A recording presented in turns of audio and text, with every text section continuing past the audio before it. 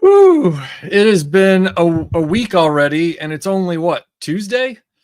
Tomorrow's Wednesday, I think. How is everybody? Thanks for being here. I know that there's a variety of people in the chat right now. Some of you might be here because you just got off work. Some of you might be here because you were laid off at Hasbro and you got nowhere else to go. We're here for you, even when you weren't there for us. We're here for you. Anyway, how are you all doing tonight? Hope you're doing well. I see a lot of people in chat. We have Guy with No Name, Fly Highland, Tim Hayes, Clyde Dashing, David Carlier, Jason Anderson, Scott Hughes, Scuba Pete, Michael Corsini, KBA, who's apparently coming down with something. I'm sorry, that's not good. Oh my gosh. Scott Knudsen, thank you so much, sir. Thank you so much. And he says, I love the Motu video. Really appreciate that. Looking forward to Ninja Scroll. Yeah, Ninja Scroll is the next little video I'm doing while I ramp up to Rogue One. I've already been editing on it today. And Scott, who's a patron, he's already seen some work that I've been doing on it. So, yeah, it's going to be a fun one. It's short. It's about 5 pages. I finished the script yesterday, and I've already recorded all of it. And I've edited 2 pages into it, and then I had to work on some graphics for it today. So, Laser Pants is here. Sub. Hi, Sub. Thanks for subbing. I appreciate the kind words. GeForce Racing is here. Troll Painting Minis. How's it going, Michael? Going well. I'm always glad when the clocks go back and sync up. Yep. Just a cringer. Good day to you too. Travels and more with Jason. Nice Battlestar Galactica outfit. Pedro, good to see you. Optic Racer, good to see you. Bradshaw Studios is here. Patrick Burt is here. Jeremy Kerr is here. Michael Schaefer and Analog Toys are here. Holy crap. Sci-Fi and Toy Fan is here. Moon Knight 47 is here. Haven't seen you in a while. Oh, you're welcome. I'm glad you're enjoying it. I'll have more to say about that in a big future video, as you know. Yojo Jerk, hello. Keith Holmesley is here. Ray, good to see you, sir. Joe DeBecky is here. Craig S. is here. Doug Palumbo is here. Thank you, sir. Very kind of you to say that. Racker is here. Lester San Jose, the Skeptic Tank. Patreon auto-played and provided a nice little jump scare while working. Oh, all right. Sorry to hear that. Sometimes they do things right. Sometimes they don't. Let's see. Jason, thank you so much for the kind super chat. You shouldn't have done that. He says, slides $10 across the table. Tell us about the anime. Well, I'll tell you what. You know what I'll do? I'll read. How about I read the opening 2 paragraphs of this upcoming Ninja Scroll video, and we'll let all the bomb throwers just start it on me now. How about that? All right, so here's the opening 2 paragraphs of the Ninja Scroll video. The 1990s were a special time for home video. The sheer variety of available titles leaped far beyond big studio releases and their own back catalog of classics. People wanted more than just what they could see in their local theaters. Whether it was Blue with Juliette Binoche or Jackie Chan's Drunken Master 2, the 90s had incredible availability of films from around the world, even if they hadn't yet made it or never would make it to the American multiplex. Therefore, it only makes sense this was the decade in which Japanese animation would finally ascend from the clunky dubs of Speed Racer and Voltron to really make a mark with viewers older than the age of 8. This had started modestly in the mid-'80s with Robotech adapting Super Dimension Fortress Macross, and by the end of that decade, you had productions like Patlabor, Appleseed, and the legendary Akira kicking in the doors and marking the beginnings of anime occupying a cool counterculture role in genre entertainment for teenagers. How's that? I hear they're making a sequel to Rogue One, and George Lucas is going to direct it. It's going. You got me on that one. I'm not, but hopefully people in the chat can benefit from your question. Alex S., good to see you. Let's see. Javier says, any restoration videos on the roadmap? I'm going to be finishing the Terrordrome here, I'm hoping.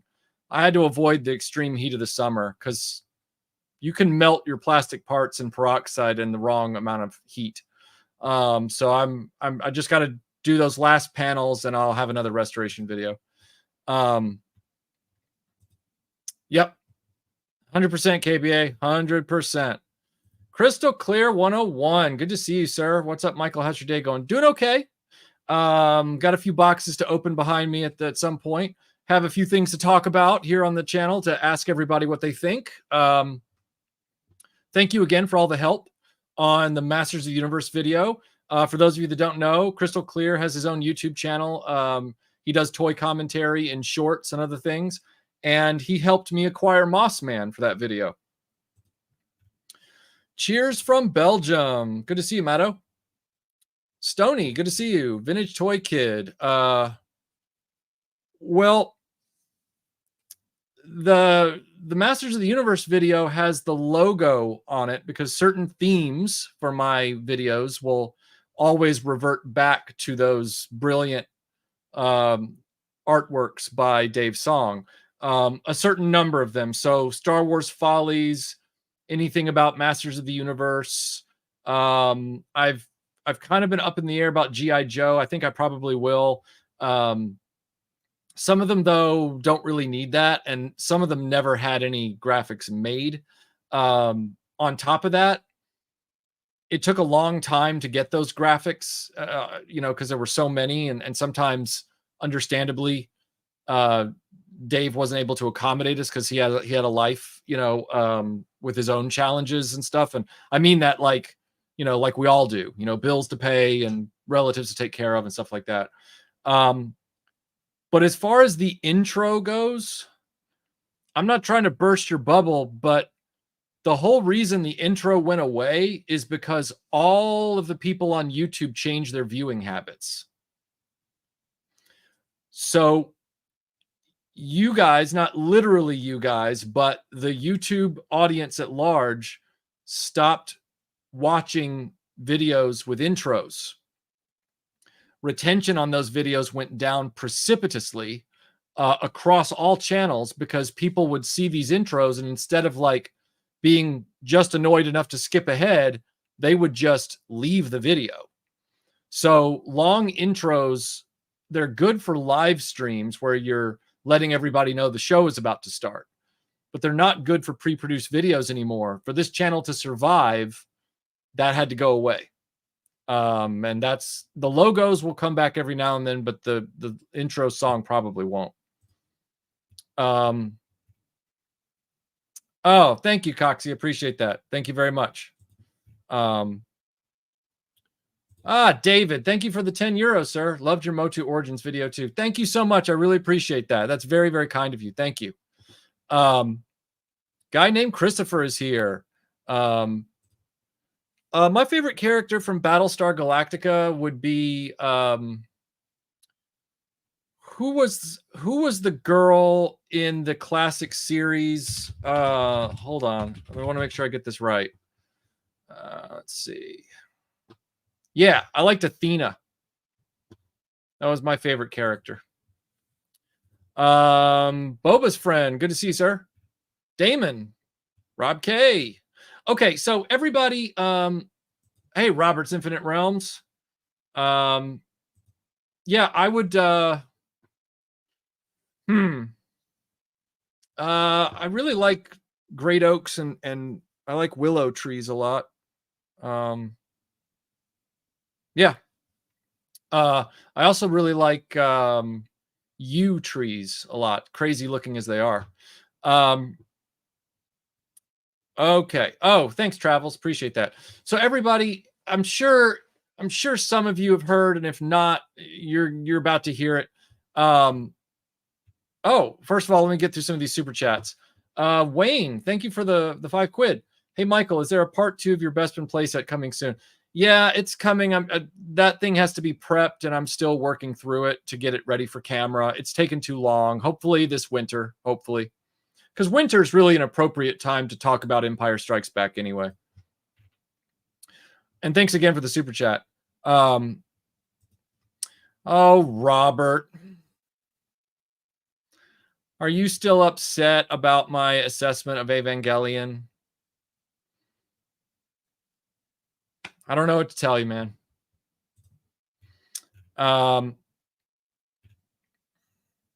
Okay, let me see here. Me too. Let's see. Schmobody, thank you for the $5. He says, thoughts on Pally Toys vintage style playsets. Well, Schmobody, you clearly didn't watch my last Star Wars Fan Toys Roundup video from last month because it featured one of those. Cue the fail horn on The Price is Right. Bum, bum, bum, bum, bum. So I've already featured one. You can go see my thoughts on it right away.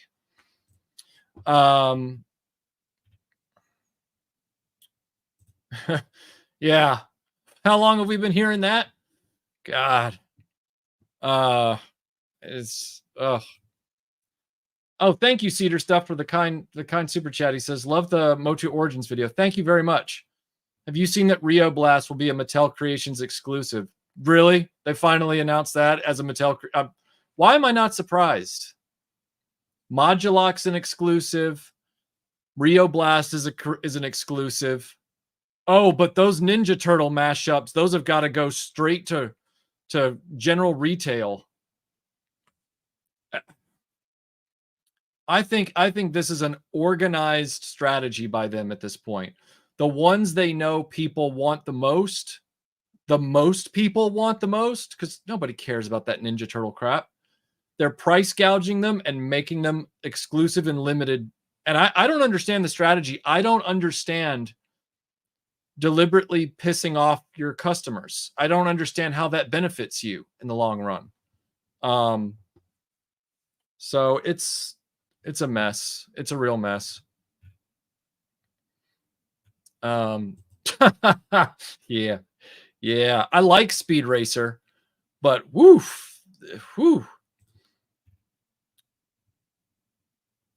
Speed Racer dubbing always sounded like they had a full mirror of Coke in the recording booth. 2 bumps, then record a line. Yep. Yeah, that one's coming after I finish up Rogue One and Indiana Jones Adventure Series. So it's on the treadmill. It's on the conveyor belt.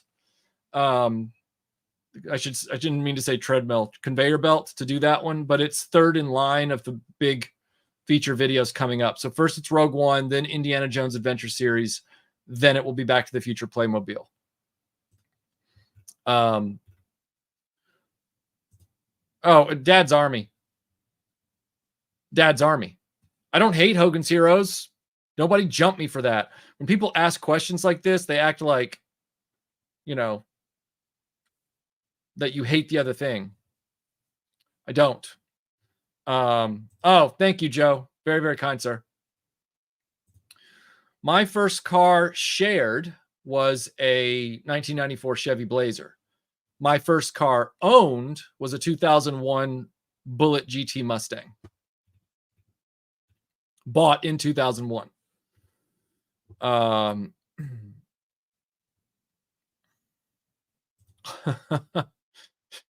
I know how that feels, Laser Pants. I totally do. Yeah.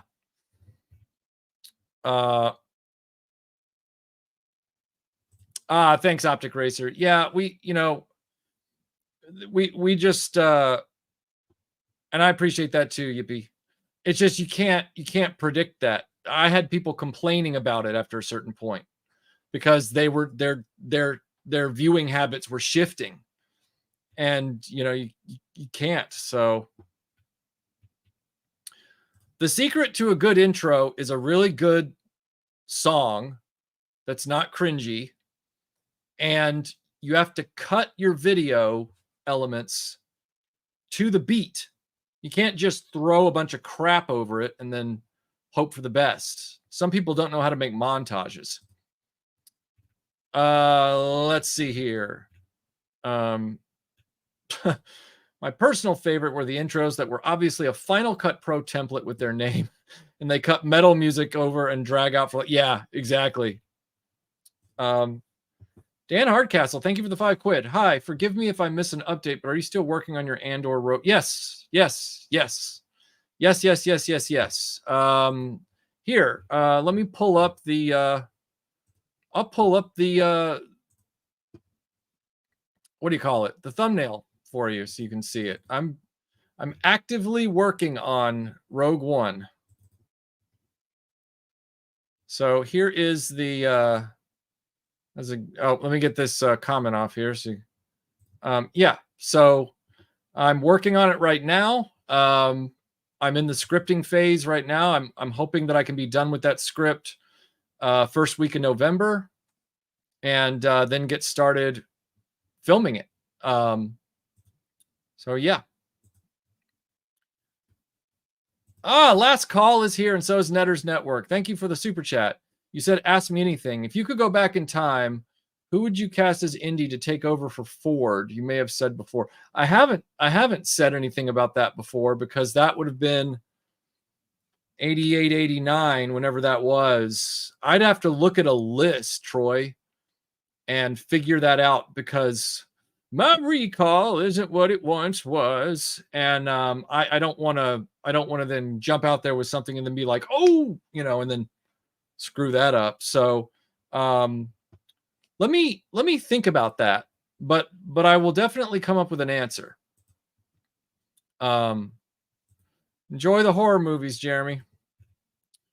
Oh, thank you, Scott. I appreciate that very much. Thank you, sir. Yeah, I was a Ninja Scroll guy, not an Evangelion guy. I would like to, Cowboy. I really would. I have all the Indiana Jones games to date, not including some of the very obscure orphanware ones that were on PC back in the day, like the Text Adventure and stuff. But you can actually get those like shareware now. I would love to review them, but it's all about finding a way to bundle topics together so that you put out a video that's very rewatchable and also kind of bring something new to the discussion.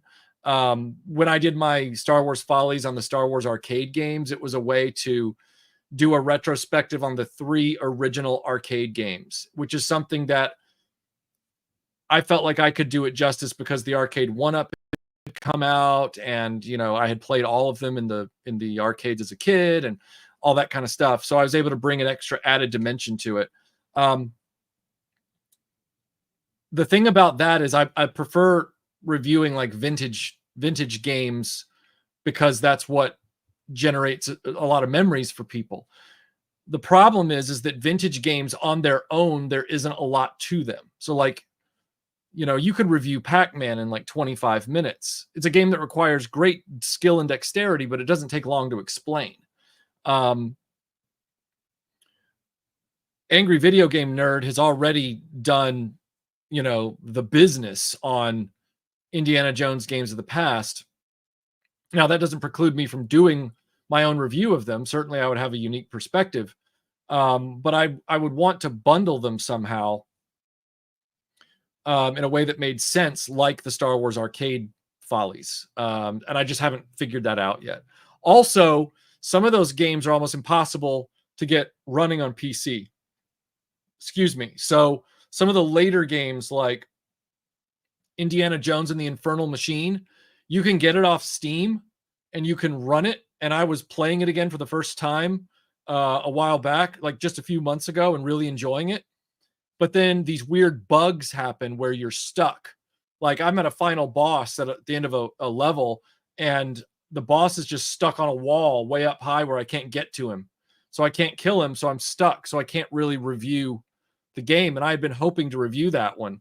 It's very frustrating. Brian Dillingham, good to see you, sir. Thank you for the Dillinghamism. To winterize your tauntaun. Love the Motu video. Thank you. Very much appreciated. Slam God, thank you, sir. Yeah, I'm hoping, Brian, that the next few videos will be just as well received. Here's hoping. All right, let's see here. Shockwave75, thank you for the super chat. He says, I agree with your Motu take. I don't dislike the Sunman figures, but they and the variant shouldn't have taken slots from the vintage Motu characters. That's the thing. Some people, not many, and that's what's nice about this video that came out, is that clearly I wasn't alone in this frustration with Motu Origins, because the vast majority of the comments have been, yeah, thank you for saying that, because I've been thinking it. There have been a few people who, it happens in videos, they think, because they're not listening, that when I said these slots were getting taken up by characters that were distracting the people at Mattel, they were getting distracted by this other stuff, they assumed that meant that I had no respect for Sunman, that I had no respect for the 2000X line. And I'm like, no, that's not what I said. If you guys want to go and do Sunman figures after you get done with the main roster, fine. But they decided, oh, no, you know what we're going to do? We're going to bring in a bunch of Sunman stuff to retail. And meanwhile, we're going to take all this stuff that we predicated the entire Origins line on, and all those future releases of those legitimate Masters of the Universe 80s vintage characters and accessories, they're all going to go on to exclusive portals. Well, that's a betrayal. That is a betrayal of the consumer. As I said in my video, he's an Amazon exclusive. I would love to come to Japan just to hang out. I wouldn't even have to do a toy hunt. I would go just to hang out, but I would love to do a toy hunt there. I've got some Don Machi figures I kind of want to acquire. And I'd love to do that in Japan if I had the opportunity. Of these three, which should get a reboot and or a new toy line? Visionaries, D&D, or Thundar? Well, Visionaries is owned by Hasbro. If the people were smart, but D&D is also owned by Hasbro. If Hasbro was smart, then they would resurrect the D&D cartoon characters and do them as a new show. Thundar, Thundar was a great show, but I'm so afraid of it getting a reboot because I'm afraid they'd wreck it. I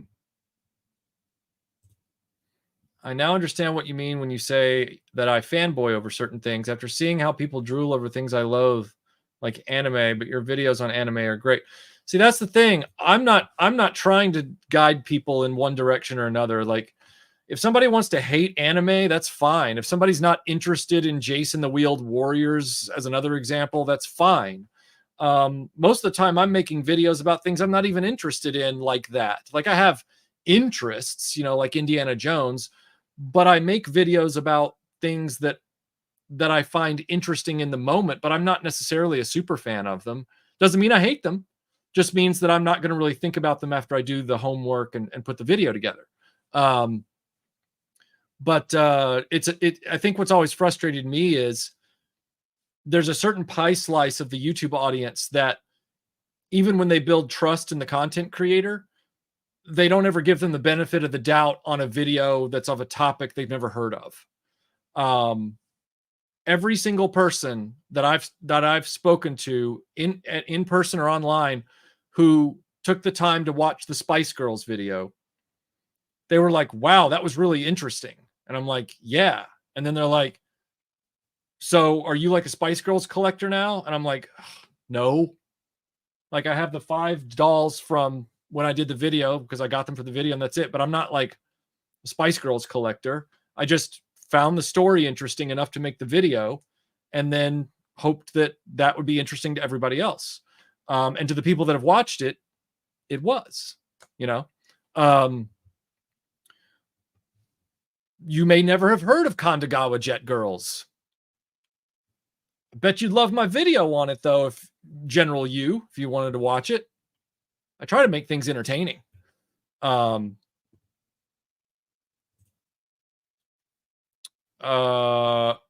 okay. I haven't been there.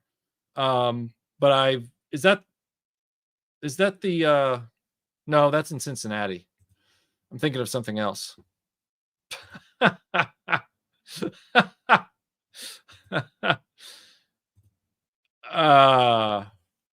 You mean the band? The band or the car company? Oh, I'm sorry. The AI company. That's from the owner's mouth. I don't trust billionaires. I think the owner of that company is a complete tool, and he is cringe with eyes, and I don't really think about Tesla at all. Did you see that Marvel Legends team reused a Mark Ruffalo head sculpt on the new Harrison Ford red figure Hulk from What? Oh, that is sad. That is sad. Especially within the last few years, David. I'd say last 10 to 15 years, it's really come into its own. For sure. Yeah, I love the old intro too. But there's not much I can do, I mean, I've got a cool version of the intro right here on the live stream that has Tony in it when he does guest spots on there, on here. So I can play it if you want, but it would be a weird segue. People would jump into the chat and be like, "What's going on?" We're like 27 minutes in, and there's an intro playing. The Origin sold on Mattel Creations that are general release. Their exclusive figures are usually between $24 and $29.99 because I bought them from Mattel Creations. Don't spread misinformation. Oh,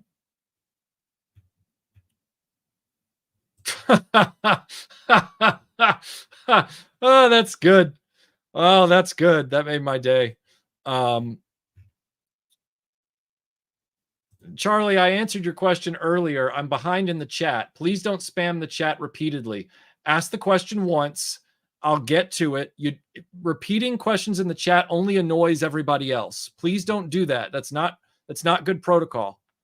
Thank you, Kaiju. Thank you so much. Yeah, that's what I said, Clyde. That makes common sense to me. I don't know why they didn't do that. George Aiken is here. How are you enjoying Masters of the Air, George? I'd be curious to find out. I don't, KBA. I have the West End Games sets. I have the West End Games main set and then the Raiders and Temple of Doom source books, and that's about it because they never made Last Crusade. I'm familiar with the TSR sets. I don't have them though. The first thing I'd get from the TSR set would probably be the miniature set, and then I'd go from there. Thank you, Sarah. Thank you so much, Sarah Painting. That's very kind. Thank you for the super chat. Much appreciated. Just thank you. Keep doing what you're doing. I shall, sir. I shall. Yeah, I'm going to buy it the day it comes out. Bethesda pulled some real BS with the pre-order on that. They made the physical copy as confusing as it gets. Like, their PR marketing graphics didn't actually match the purchase descriptions when you went to buy it. So I just said, you know what? Screw it. I'm just going to buy this on Steam, the basic edition, like everybody else, because they were wanting, close to $200 for some of those editions of the game. And they were giving you like an empty steel book with it because they said that you'd be getting like a physical copy, but then there was no physical copy. It was a joke. It was an absolute joke. Oh, thanks, Ronnie. I appreciate that a lot. Thank you. Oh, thank you, Portland 182. Thank you very much. Thank you very much. Long time viewer, first time stream. Wow. Well, welcome to the stream, Hunter. I talked about that, I believe. I think I talked about that on the last stream, or maybe I talked about it on the Patreon hangout. Hey, patrons, help me out. Did I talk about that on the Patreon hangout just last week? I might have done it there. I thought the animation was bad. I thought the frame rate of the animation was embarrassingly terrible. I thought that after such a long wait, the fact that they were still stuck in Survivor Trilogy mode, with that being an extension of those 3 games, which I actually liked the first game, and I did like the second game, but I could tell they were stretching for time on that one. And then the third game was just a boring slog. I have to say that it was very disappointing to see their complete lack of creativity and grit in going somewhere new. They have gotten in a rut with this character. They have made her vanilla. She is. There's no shade on Haley Atwell. She would have been the perfect live action Lara Croft a decade ago. But Crystal Dynamics as a company is based out of San Francisco. They are a squirrely, hand-wringy kind of company when it comes to their vision, their very vanilla vision for Tomb Raider. It's really embarrassing. I have firsthand knowledge of that. This isn't just conjecture. I have firsthand knowledge of that. So no, I found the animated series to be totally underwhelming, and especially given the high quality of most Netflix animated shows by comparison. And I can't believe that it's been greenlit for a second season. I'm stunned. It was I've had rolls of wet paper towels that were more interesting than that show. Well, see, Jeff, I don't have a problem with Fate of Atlantis running, and Emperor's Tomb can be janky, and you have to use an emulator for Staff of Kings, which sucks anyway, meaning the PS2 version. But yeah, like Infernal Machine is the one I really want to, go through again. And I only was able to get a few levels in before a bug just wouldn't let me progress. Sucked. It's like, if you count Laser Light, He-Man, and that last Skeletor, and then like the 3 movie characters, I think there's 3 or 4, Gwildor, Sauron, I think there's 4. I think you're looking at probably what, like 12 to 15 characters, something like that.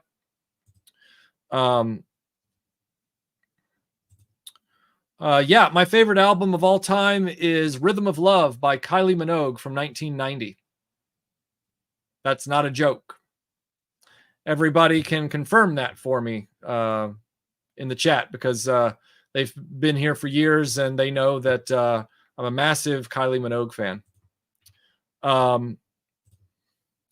Which thing from the original Star Wars trilogy would you like to see in a new show or movie? For example, more snow speeders, tauntauns, some of the Empire bounty hunters. What I'd like to see from the original Star Wars trilogy in a new show or movie is the quality of the original Star Wars trilogy, the quality of writing, the quality of world building, the quality of character development. I would like to see those things. Everything else is window dressing. I think Disney Star Wars blows. I think it blows goats.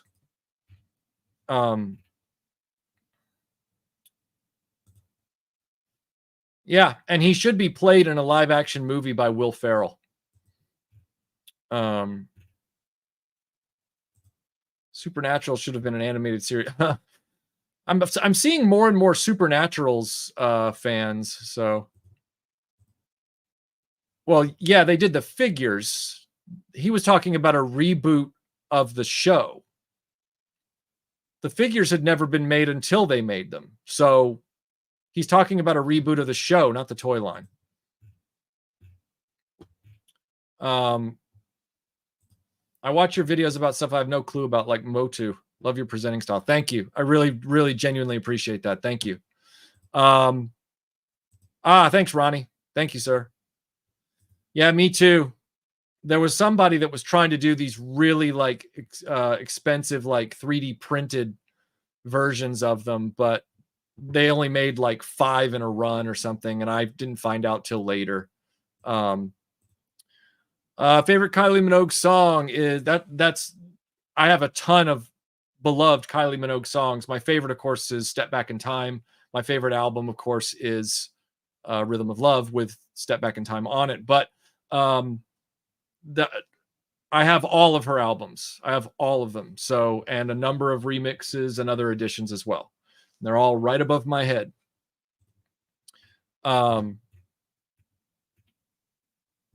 That's right. Kandagawa Jet Girls for life.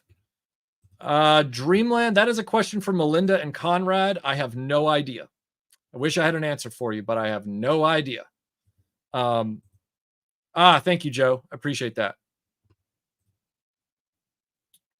Thank you, sir. Thank you very much. Thank you. If you weren't doing YouTube videos, would you still have all the different toy lines? No, as a matter of fact, I would only be collecting the things I wanted to collect. Right before I started RetroBlasting, I was a toy collector, and I was focused on like in 2004, I bought up a lot of vintage Star Wars to start completing my childhood collection with, filling those gaps. I made another big purchase of that in 2008 to finish out the Empire Strikes Back range. And then around 2010, 2011, I was buying things like a nice quality range of the core Silverhawks with their jet.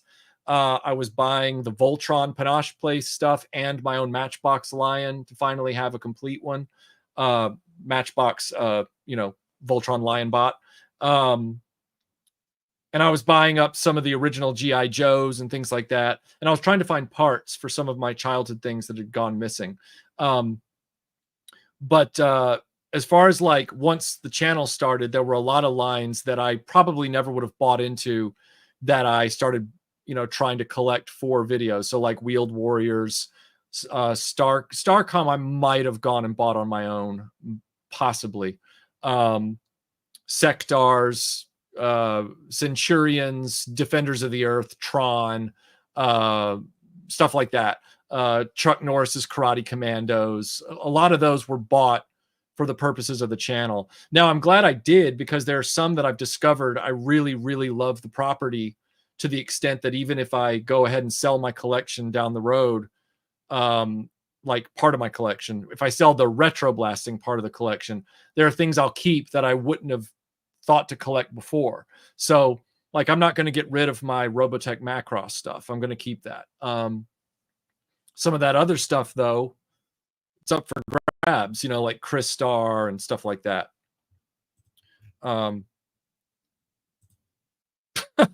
Jeff, you're probably a smart man for saying that. Are you actually going to cover the Motu crowdfund?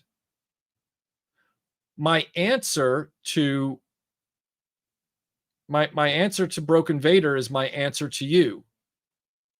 Do I look like a drug addict?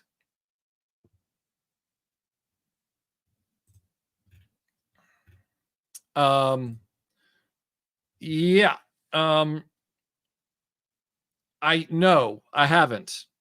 I still have a CRT TV from when I was a kid in the 80s. I still have it's got a little bit of a tube alignment problem, but if worse comes to worse, I could probably hook the VCR up to that, and I've got the tapes. So might even be able to run the DVDs through it. I've got the Captain Power DVDs. But the real problem with that is a lot of the mechanisms for the eject have failed over the years. They've seized up and frozen. All of my sensors and everything work on my fighters. They all work fine. They respond. Everything's good. But when the eject mechanism fires, the actual lifting mechanism just it won't engage. So Yes, there will be a video. Yes, yes. Thank you for the super chat. Thoughts on Beetlejuice 2, the film NECA figure? I haven't seen it.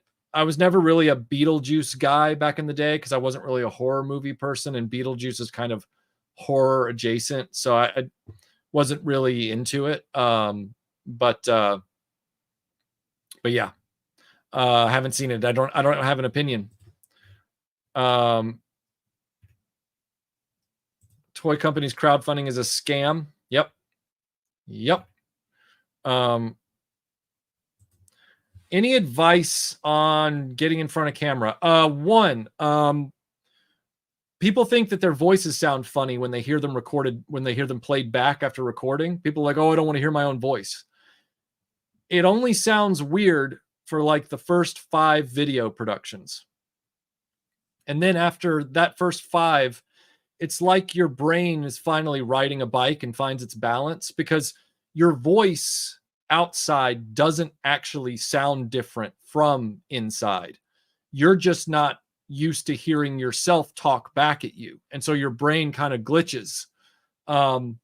So first thing I would say is push through the first 5 videos if you're like weirded out by your own voice, because you'll get past that automatically. It's like riding a bike. Your brain will just make the adjustment and then move ahead. As far as like being in front of the camera, I don't know what a challenge it would be for somebody to be on camera who has stage fright or problems talking in front of a large group of people. From when I was a little kid, while I was not a textbook extrovert, I never had any problems standing up and confronting something like that. Shocker, right? So in that sense, you know, I don't know if it would be harder for somebody to leap that hurdle. And I want to be respectful of that, because stage fright and speaking in front of people is a phobia that some people have. They just can't do it. That's why some people wear helmets and masks and all kinds of things on YouTube. It gives them that extra layer of confidence, that protection, that they can do that. But I would say the best way to feel comfortable in front of the camera is to be prepared with your material. Do your homework, do your research, be confident in what you're about to say, and be confident in your point of view on what you distilled from the data. You know, when I observe a toy line and I look at it thoroughly and then I make my assessments, I go out there and I don't sit there and say things like, well, this is just my opinion, everyone. And if you have a different opinion, that's okay too. We shouldn't have to say that to one another. Let's just go out there and say what we think. We shouldn't have to put all these disclaimers on it. And I think that not putting those disclaimers on it and not feeling apologetic about an opinion that has to do with toys or movies, because you should never have to apologize for an opinion about toys or movies. And I see too many people coming out and being like, they get kind of like dunked on by some angry commenter, and then I see them respond in the comments of their video going, hey, yeah, sorry about that, you know, I didn't mean to come off so harsh. And it's like, really? These are action figures. They're not your grandmother. All right, there's no too harsh. So confidence in what your take is, knowing that you've done your homework, I think is the best way to get comfortable in front of the camera. I think that does worlds more than anything else. Curious. Thank you for the kind words, Rockabilly. Curious as to your thoughts on Berserk 97. When I get around to it, I will let you know. I haven't watched it yet. Thank you, sir. Appreciate it. Oh, that's very kind. You've been here since nearly the beginning. Thank you so much. Well, I have one that's been sitting in mid-edit. Those were very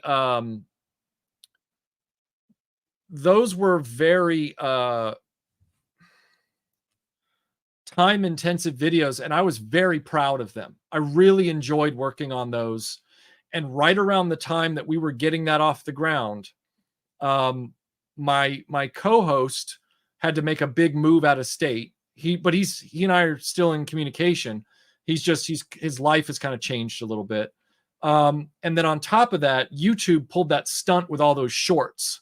And they really upended the algorithm, which at that time killed all of my viewership for that show, which wasn't even a live stream. It was a fully edited. I was very proud of those fully edited stuff because I love Doctor Who. And it killed my viewership on war stories, and it killed my viewership on ancient archaeology. So I had to put those on hiatus because I have to keep the lights on. So I kind of put them over here, and I was in mid-edit on the next episode of Call the Police Box about the William Hartnell episode, The Daleks. I'd love to get back to that one day, but I'm really concerned that if I put all the days and days and days of work into it and I put it out there, that nobody's going to watch it. Oh, thanks, Sarah. I appreciate that a lot. Apparently voice acting is like a really elite group. It's very hard to break into that. And I mean, I've toyed with the idea sometimes of like seeing if somebody on Fiverr would want my services or whatever, but I just keep turning around and focusing on what I'm working on in the moment, because I'm very tunnel visioned when it comes to that. I probably should branch out and try that. I probably should. You're right. But I haven't, honestly. But that would be fun. Let's see. What are your thoughts on Boss Fight Studios? Oh, did they lose the Bucky O'Hare series? I didn't know that. Who has it now? The only Boss Fight figure I own is the first Jenny from the Bucky O'Hare line. And I have that. I bought it ahead of time so that I could do my vintage Bucky O'Hare retrospective, which I have everything I need for it. I just got to get around to, watching the show, writing it, and doing it. Yes, I've done kit bashes. I've chronicled some of those in videos, like Just Luke. And then I'm trying to gear up. I'm trying to get my skills up so that I can do a custom of Nico from Galaxy Rangers, because I need to truly get that off the ground and done. So yeah, I occasionally do customs. Most of my stuff is kit bash. I did do some custom work and kit bashing plus slight custom work on the Indiana Jones Adventure series, which you'll see in that video that comes out in a little bit. So yeah, I do a little bit of it. Ronald, thank you for the super chat. After seeing Analog Toys stand solo stream, I have one question for you. Are you staying hydrated? What was that all about? Have a good stream, man, and good luck on the videos. Thank you, sir. Very much appreciated. Thanks for being here. Okay, so Tomb Raider was on the Patreon stream. Thank you, Jonathan. I appreciate that. Okay. Wasn't the new Tomb Raider series co-developed by Phoebe Walt? No. She's working on the next series for Amazon. She had nothing to do with the animated show on Netflix. Her deal is with Amazon and Crystal Dynamics. Unfortunately, the news, because it took that stupid animated series so long to come out, the news of her arrival on the scene in the Tomb Raider franchise even beat that show to broadcast. It's a joke. Well, Loom, unfortunately, nobody was watching it, just like with Doctor Who and just like with War Stories. And you can only do those things for so much, so many times. You can only do that so much before, when you're a full-time YouTube channel, you have to move on. I really liked the concept of Man-Child News, but it didn't resonate with enough people. Yes, I'm aware of the Tomy Refit Enterprise. It looks beautiful. As I just answered, VDub, that's a question for Melinda and Conrad. I have no knowledge I have no answer for you. Robert, thank you for the super chat. After I first saw your video on Thundercats, I went back and took another look. You were right about a lot, but liked the differing perspective. Thanks. A lot of stuff gets greenlit for future seasons before it even premieres now. They put too much faith in the smell of their own farts. Yeah, for sure. Well,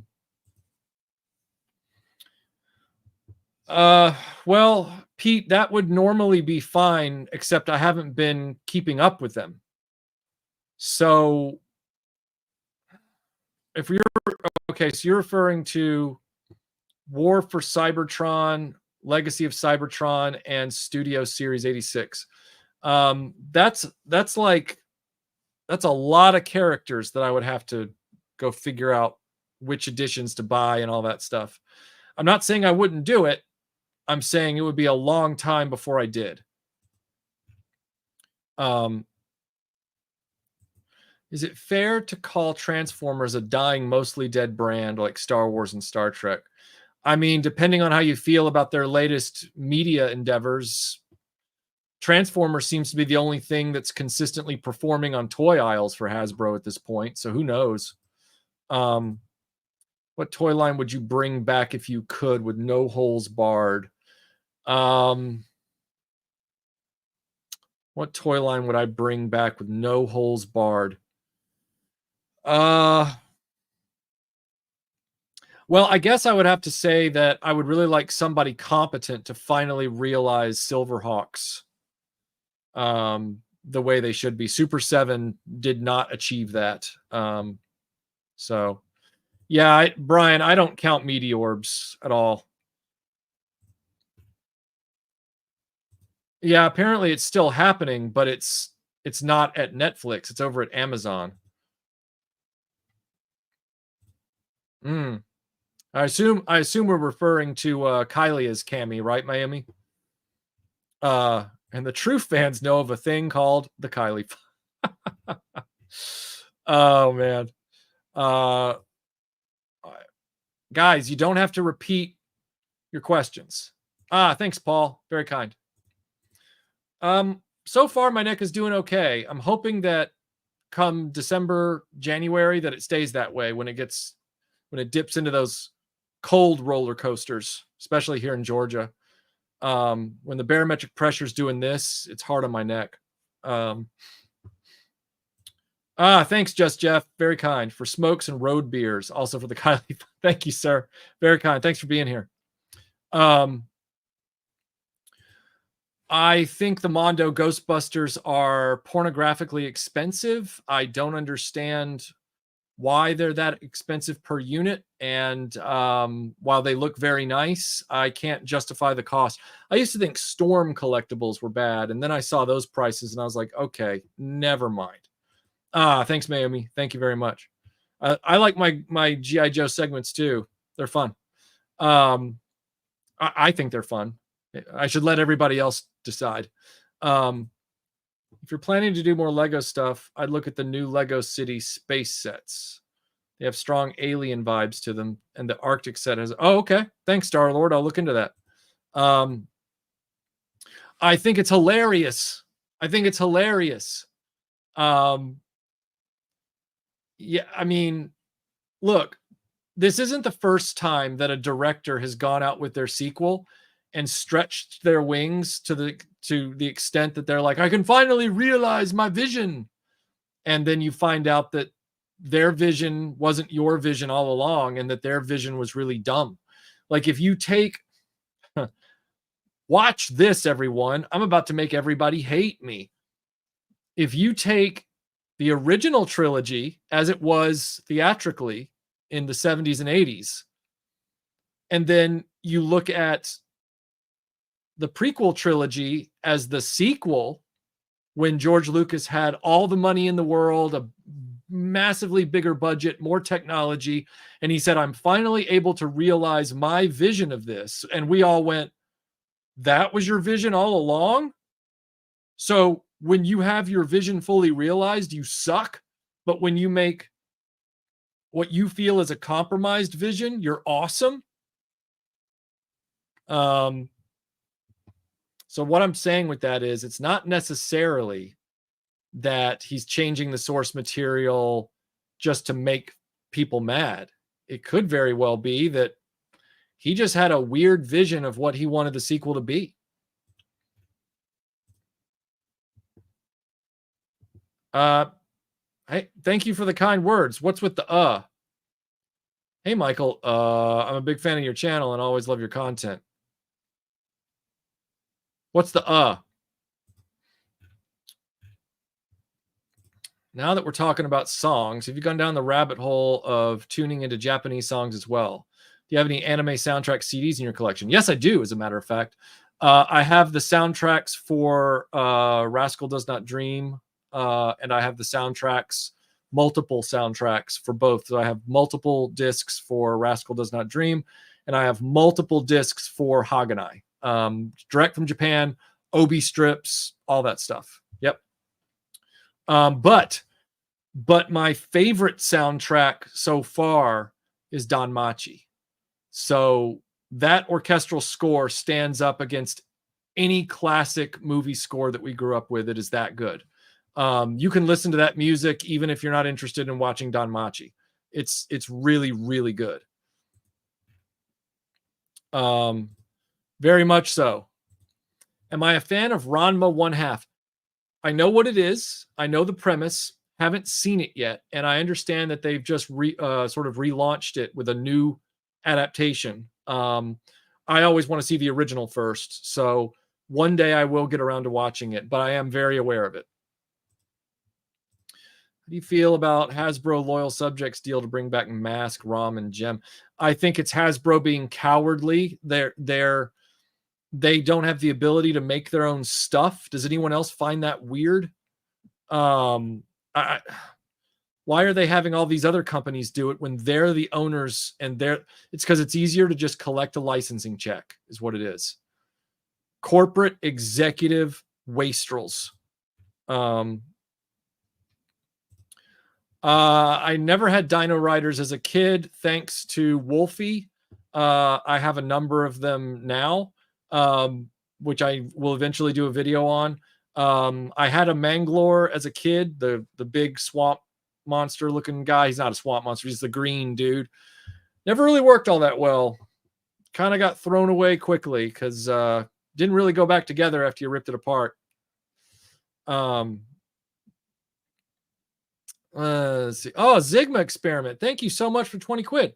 As much as I love the original Ghostbusters, there's no way on earth I'm paying $400 for a 6-inch scale Ecto 1. Preach. It's a ridiculous amount of money. Hasbro can suck my nuclear accelerator proton wand. Yeah, I wouldn't do it. I would. I mean, I know that goes without saying, but I definitely wouldn't do it. The money doesn't add up. Even worse than Eternia, the money doesn't add up. Or maybe they're on par. Yep, somebody did, Maximilian. Somebody did, but they were joking, so it's okay. I do have an eBay page, but I very rarely use it to sell. I tend to try and sell things through my Patreon first because I want, people who support the channel in that way, to kind of have another perk, which is when Michael decides to sell things, I let the patrons know and see if they want it first. And then if that doesn't happen, sometimes I'll just send it to, Reclaimers Vintage Toys and, Matt will sell it. And sometimes I might post it on Etsy. It all depends. I've done all kinds of things over the years. Have you and or Melinda developed genuine interest in things the other introduced you to? I know and follow so much about Barbie and the fashion doll community due to my wife. Melinda gave me an appreciation for the TV show Veronica Mars. She gave me an appreciation for television of the mid to late 90s because I didn't really watch much of that at the time. And yeah, in reverse, I've given her an appreciation for a lot of classic movies. Kylie Minogue, she's on board with that, even though she's a metal chick. So yeah, we there's a lot of sharing. I find as I try to sell off my collection that people are broke and cheap, but will still buy Funko Pops at $22.99. Well, I wouldn't set your collection on fire because the fumes will be poisonous. It could blow right back at you and you could die. My favorite Christmas movie, Batman Returns.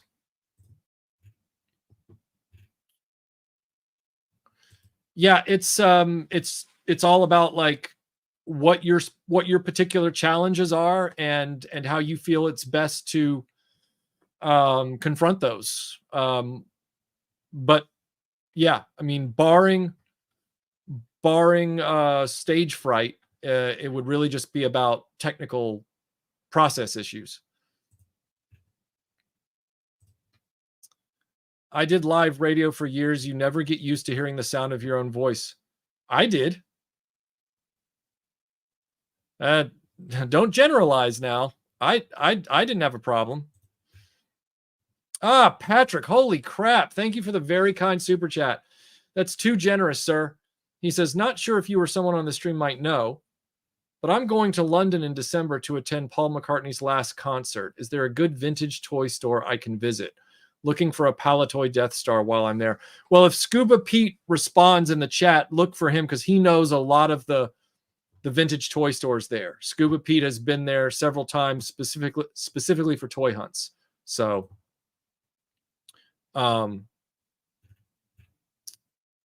let's see. Oh, okay.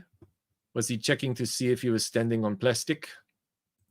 It's my impression of that criminal guy from Lethal Weapon 2.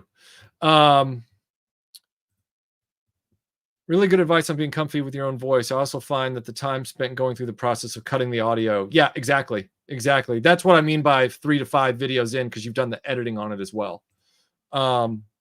Thanks, Athena. Thank you so much. Theater in high school helped you get through that. Yeah, that definitely would. And yeah, Patrick, seriously, Scuba should be able to point you in the right direction. And if not, I bet George Aitken would know.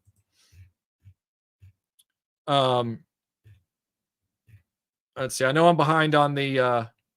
No problem, Stephen. No problem. Yeah, exactly. Because an opinion about toys and cartoons and movies is not something that's going to affect the family life of the person next door or the person on the other side of the screen. You know, I can sit here right now and say, you know, I think, let's see, let me come up with a good example. I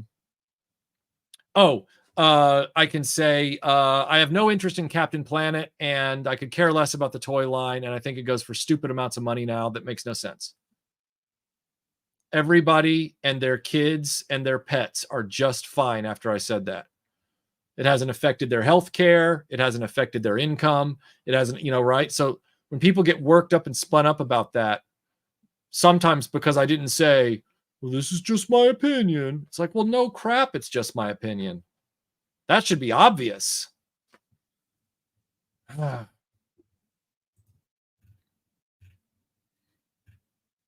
Always wondered in watching your restoration videos, have you ever had to restore a vintage Imperial shuttle? Maddening. I heard how maddening it was, but I didn't own one at the time. And when I go out to buy something typically that I don't own, especially vintage Star Wars, I try and get something complete in relatively good shape. And that's what I did. That's the trick, is knowing somebody, though. I mean, remember, I worked out in LA, in Hollywood, working for a paycheck for, couple years or whatever it was at the offices at Dimension Films. And I also script read for Warner Brothers at the time. So knowing someone and networking can be very difficult in certain practices and jobs and skills in the entertainment industry.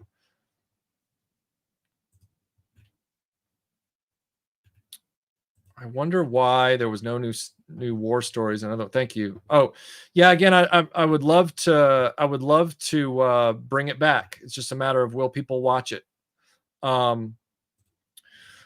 I will not be going to the Kylie Minogue concert next year, specifically because I'm on her fan list, her official fan mailing list, and so I got the early access to all the tickets and everything like that. One, Ticketmaster is a corrupt organization that they make Hasbro look like, lightweights when it comes to scamming people out of a lot of money. And because I'm not really a big live music person anyway, and what I would like to do is just meet her and then, like at a signing, because she does album signings and stuff as well, at record stores and things like that. I would love to catch one of those and meet her, get a photo with her, and have her sign my Rhythm of Love album, my vinyl. That's what I would really like. So the price of admission, because Melinda was saying there's no point in going if you're not in the front row, because she's a very experienced concert goer. The price of the tickets that Ticketmaster was demanding, plus the fact that there was no backstage VIP tier. There was a VIP tier, but there was no access to meet and greet. It was like, what's the point? I don't enjoy live concerts enough to go through that for no achievement of the goal. My goals are different, so I'm gonna keep waiting. Oh gosh, if I reached 1 million subscribers, I'd pay off the house. You want that financial security before anything else. Well,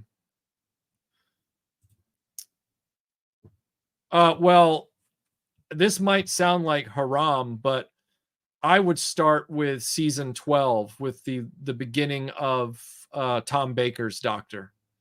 That's where I would start every day, all day. I think that's season. No, is it season 11? Am I getting it wrong? Let's see. Yeah, season 11. Sorry. Let's see. Well, wait a second. No, wait. Hold on. I think maybe I did have that right. Yeah. So let's see. Per twee.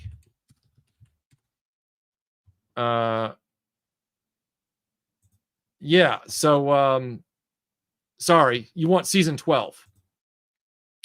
I would start with season 12. Pertwee's great, by the way, but I would start with season 12.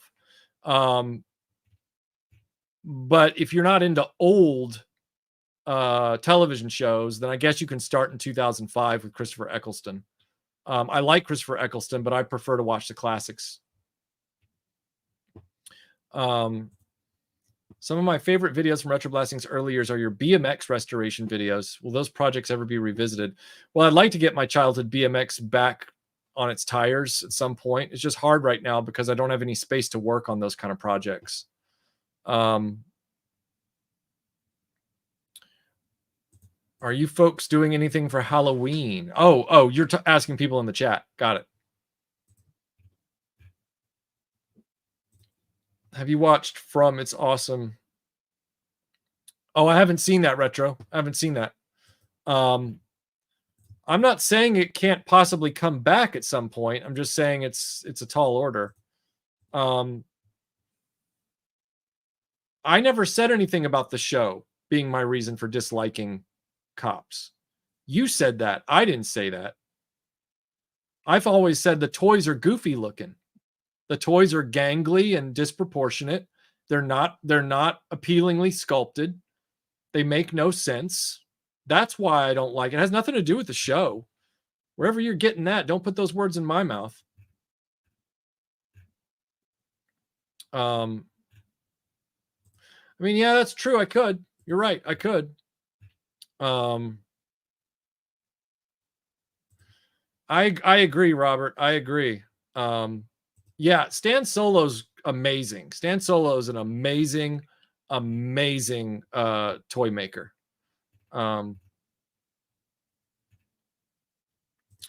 GoBots returning would be nice. It's just now you've got the problem of Hasbro owning Tonka's intellectual property rights, but the machine robo designs are all owned by Bandai. So there's there's a lot of like legal wrangling that would have to go on there. Trying to, Tim, trying and failing, but trying to. I have my stress test tomorrow at the cardiologist's office. That'll go probably fine.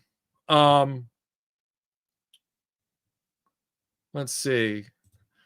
Possibly, maybe. My neck is perfectly fine. It's been perfectly fine really since after February of this year. It's been totally fine, just totally normal. Greatest console video game of all time. The Secret of Mana, I think. No offense to, I'm a huge Zelda fan, so no offense to the Zelda people. Secret of Mana was an amazing game, but there are a lot of modern games console wise that I don't want to leave out. Now, I'm not throwing Tomb Raider from PlayStation in the trash. It's just I played that on PC. So I never think of it as just a console game. It's like a crossover game, but like a pure console game, like as in a modern sense, so much crosses over from PC to console that it's hard to pin down. I'm presently a huge fan of the Horizon games on PlayStation.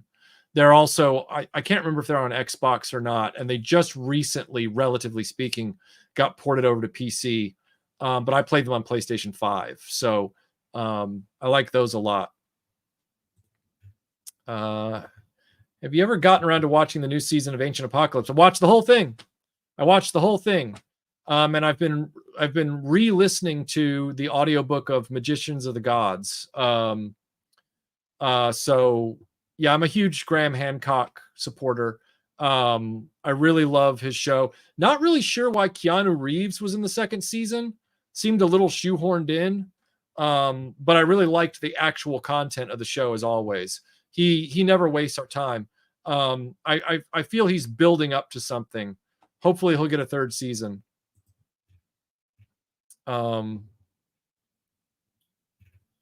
Okay. Dan, thank you. He says your review of Dial of Destiny was more entertaining than 98%. Thank you, sir. That's very kind of you. Very kind. I don't know what those are, Ligma. Somebody educate me.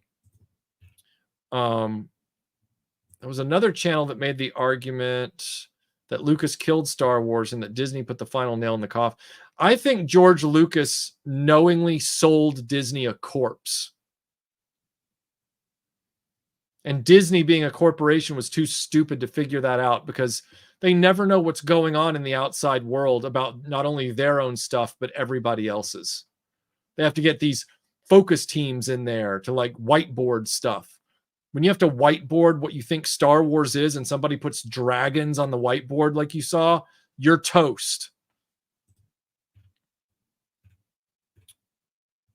No, I do not like Prometheus. It's terrible. I have not seen Alien Romulus.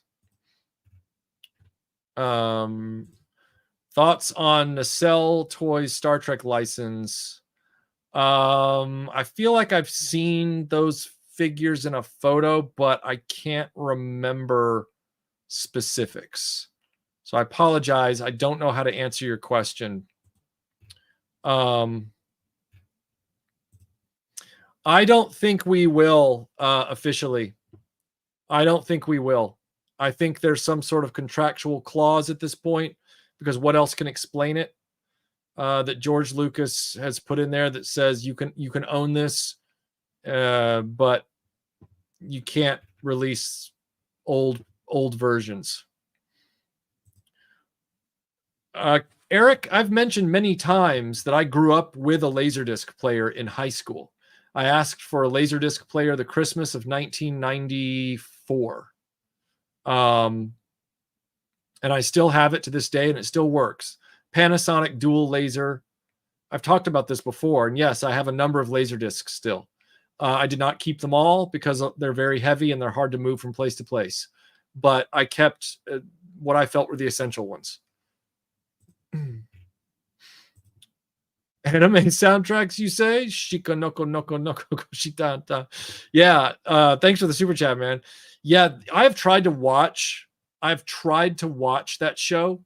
Um, I like parts of it, but the guy who made that show, he's either such a genius that his comedy is on a level that I often can't reach, or he's just flat out crazy. Um, I wish, I really, really wish that I could get into that guy's head, but then I'd be afraid that I'd never get out again. Because there are parts of that show that I think are really funny, but they're in bits. It's like bits of deer crackers. I never enjoy the whole deer cracker.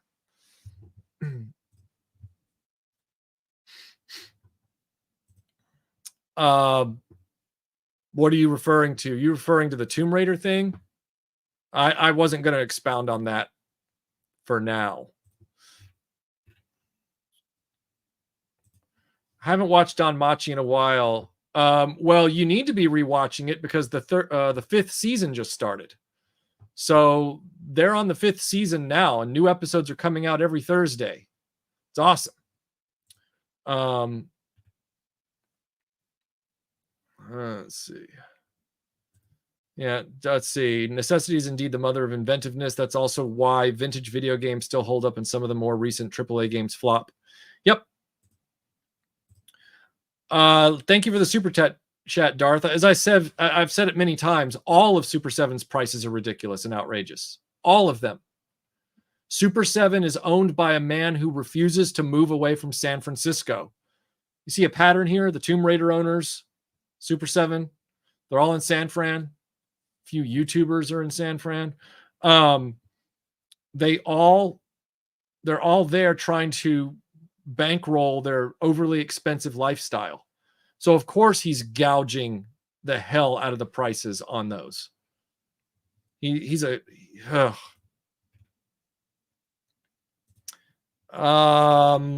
Evander, I would say well, you might be getting an update on this Filmation Gabriel Zorro line thing in this live stream. So stay tuned.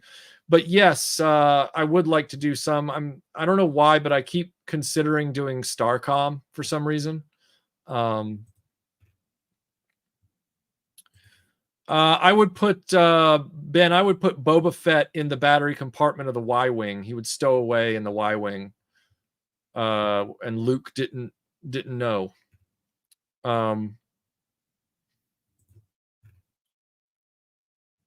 All right, let me see here. Oh my gosh, Zocab, sir, that is far too generous and kind. Thank you so much for being here, and thank you so much. Missed giving some funds the last few live chats. This is a makeup for my absence. I want to do a display of the original Transformers Seeker jets in robot mode and closest in appearance to their 80s tunes. What toy version do you recommend?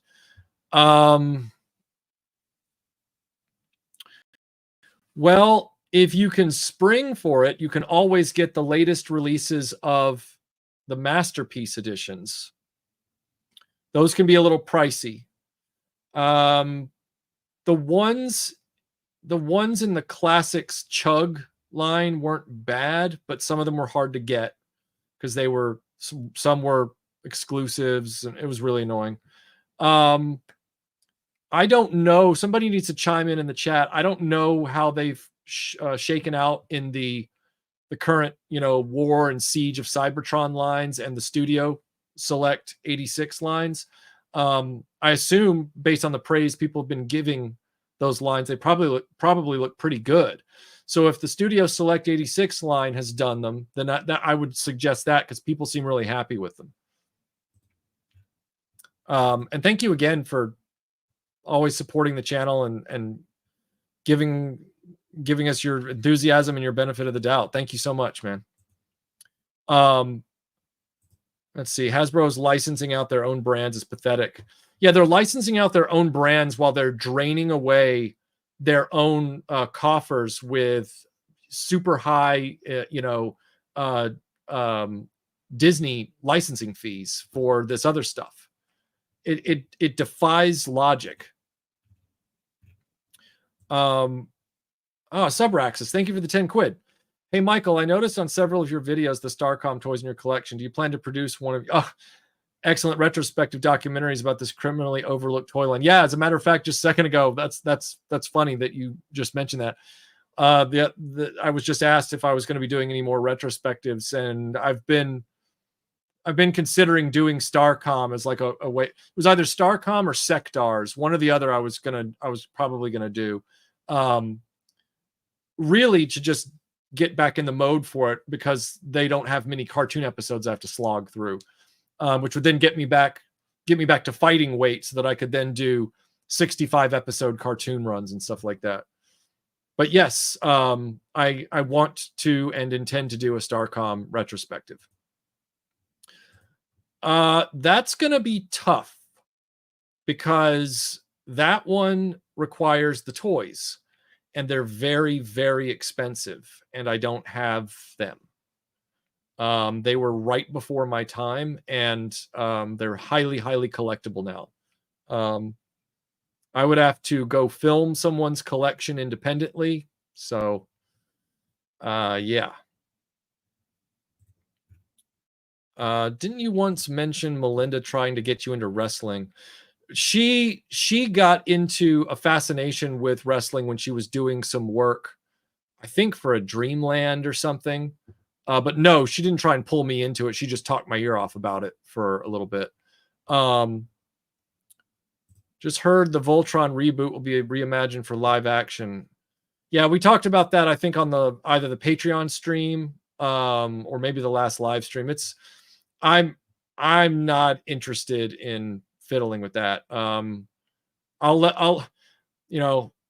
shoot first and let the archaeologists sort it out, as the Thunder Lizards once said. I haven't worked on them yet, Randall, but I will. They're both still safe, though. I checked them both out. One's in the box, the other one doesn't have a box, but they're both fine. I will work on those, see if I can get them going. They're very complex, so it makes me a little nervous. Yeah, $400 is too much. It's too much. You got to wake up really early to get me on something like that. Come on.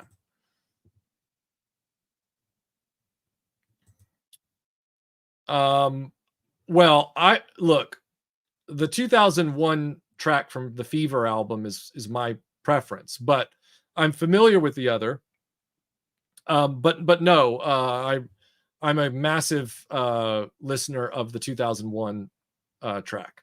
However, It's No Secret from the 88 album, that is a kick-ass track. It's No Secret is a great song.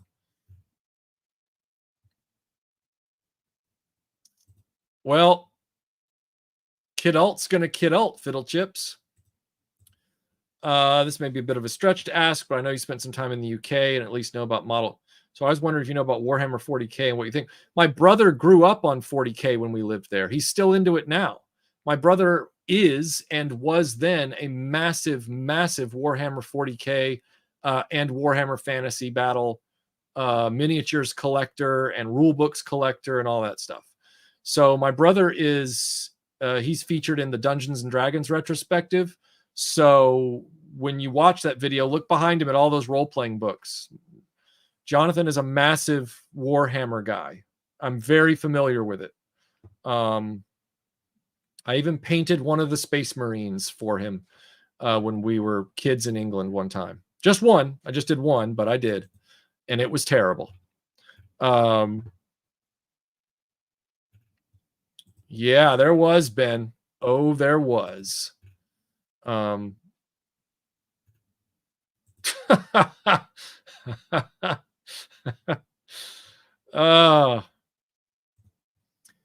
There is nothing that you have an excuse for as far as mixed thoughts when it comes to Batman Returns. Batman drives into a wintry Gotham in the very beginning of the film at high speed in the Batmobile and begins to start destroying clowns. He just starts destroying them, even turns the Batmobile around and sets one of them on fire and pushes him through a shop window. Where are the mixed feelings on this one? Like, there's nothing to be mixed about. It's like, hey, how do we improve on Batman 89? Oh, well, everybody liked the Joker and they like Batman's fight against the Joker. I got it. Instead of one clown, let's have Batman fight and destroy like 50 clowns. And we'll start the movie with that. And he'll keep doing it throughout the film. And it's just like, hell yeah. It's the greatest Batman anything ever.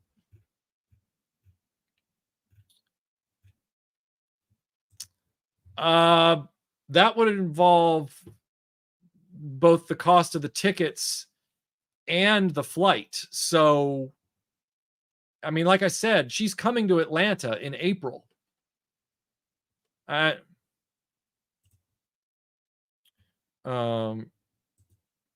well it should be, Fly Highland, as well it no, I'm not running out of room. In fact, I'm selling some things off now that I get done with them. You know, I'm keeping up with it. You have to. My thoughts are that it's doing well for itself with the movies. Beyond that, I don't really know much about the specifics of its video game world because Sega doesn't make consoles anymore. So I assume if they are making games, they're licensing them out to somebody else. But I didn't really play Sonic back in the day because I had a Nintendo.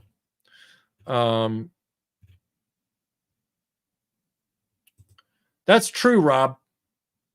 That's true. Oh, what's the best console? Oh, okay. The best console is Sega Dreamcast.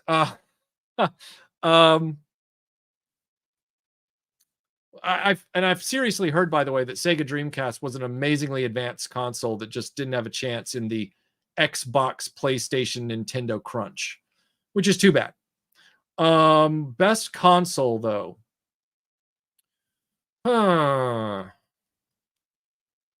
What is the best console?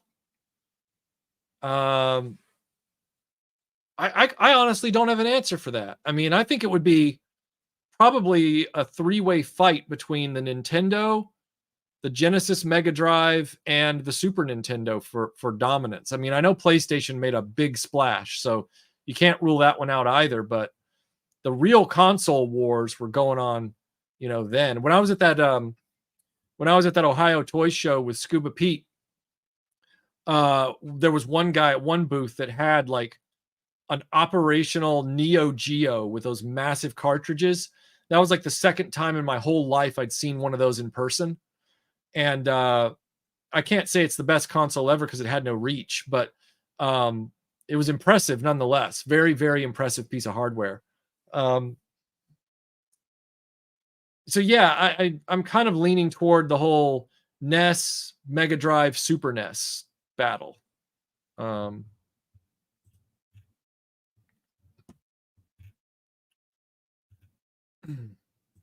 What's your opinion on all this UAP UFO stuff? Don't know. I mean, I know what UFOs are, but I don't know what the latest stuff is, Damon. So I don't really have an opinion. No, I don't have the money or the time right now. Too busy trying to make videos to make the mortgage. Let's see. Schmobody, thanks for the super chat. Thoughts on the short run of Galoob 1988-89 Star Trek TNG 3 3/4 figures with 2 scaled vehicles, Enterprise D. Yeah, I like the figures and the shuttles, the Ferengi shuttle and the TNG shuttle. I don't hate the diecast Enterprise, but it's not as fun to fiddle with. I have thanks to a very kind donation, I have the aliens from that line, and I have the whole crew that was sold, and I have the shuttle. The only thing I don't have is the Ferengi shuttle. I just never made it a priority, but it's a nice little line. I mean, it'll never be my dream of having a 3 3/4 inch full complement, Wrath of Khan crew with, an Enterprise movie bridge play set from Wrath of Khan that isn't that blow molded Mego piece of crap. I remember you're a Double Dragon fan. Favorite Double Dragon game? Also, would you like to make Double Dragon action figures? That'd be fun. My favorite Double Dragon game is the original arcade game, with a close second being Double Dragon 2 on Nintendo, because you could just kick ass. Once you learned the whirlwind kick, it's the only thing you ever had to do, and you could just blaze through the game. I know I did it a lot. So yeah. Sam Newsman is here. Good to see you, sir. Hey, RB, been knocking it out of the park with vids lately. Thank you. Keep crushing. Yo, chat. Good to see you, man. Always good to see you here. Have you bought any new Robotech? Within the last 5 years, not really. Haven't really had to. I was initially interested in those Toynami figures from a few years back. I guess they're still doing the waves, but they were so bad. The figures were so terrible versus the price that the company was asking, that I was like, nah, I can live without those. I can live without them. So Clyde, thank you for the super chat, for your continued success. Thank you. Been working through your back catalog of videos. Oh, I hope you're having a good time. Hope the piece of cake books arrive safely. I will check the PO box tomorrow. I have to go to a doctor's appointment, and I'll check it when I head back. So thank you for the reminder. Sorry, I forgot that you've mentioned Laserdiscs before. Would you ever consider reviewing them on your channel? Laserdiscs? That's just basically reviewing movies. And I'd be like, and these are in a dead format. They're letterbox widescreen in standard def. Like, what do you review? The jacket photography? Ah, look at this gatefold.